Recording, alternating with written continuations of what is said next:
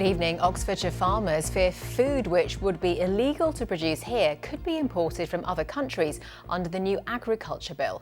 They're backing a national petition, also supported by the celebrity chef Jamie Oliver, to put into law rules which would protect UK food standards.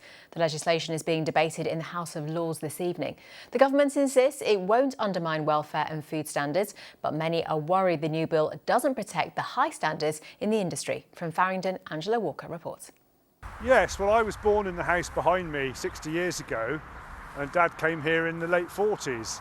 Richard Manners' family has farmed here in Farringdon for 3 generations. The agriculture bill will see the biggest shake-up of farming since his grandfather's time, and he's worried.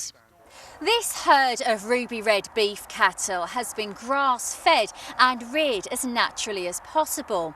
Richard's concerned that if high welfare standards are not enshrined in the agriculture bill, then cheap beef will be imported that's been reared using growth hormones, steroids and antibiotics that would undercut his business and lower food standards. It will affect our businesses. Livestock producers in this country will all be affected if the market is lower due to imports. We're going to suffer because we have our costs of production, even on a low grass-fed system. We have rent to pay here, we're tenants here, and we've all got to survive. And I think we're all worried about survival, basically.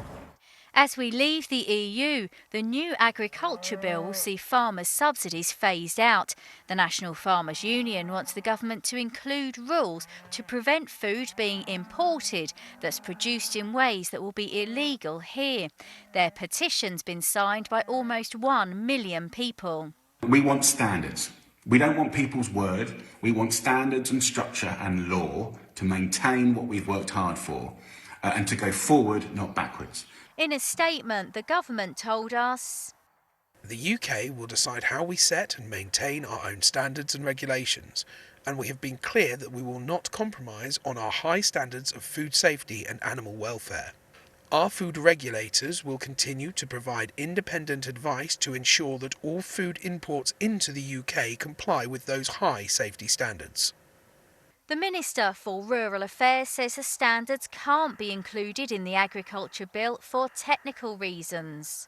The way that these clauses are structured would actually cause some potential problems with some of the existing continuity trade agreements that we are seeking to bring across. So we want to have a new approach that in future trade agreements protects our standards, but it's not appropriate in our view to enshrine it in clauses in an agriculture bill.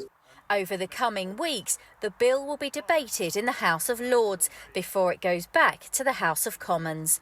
Angela Walker, BBC South Today.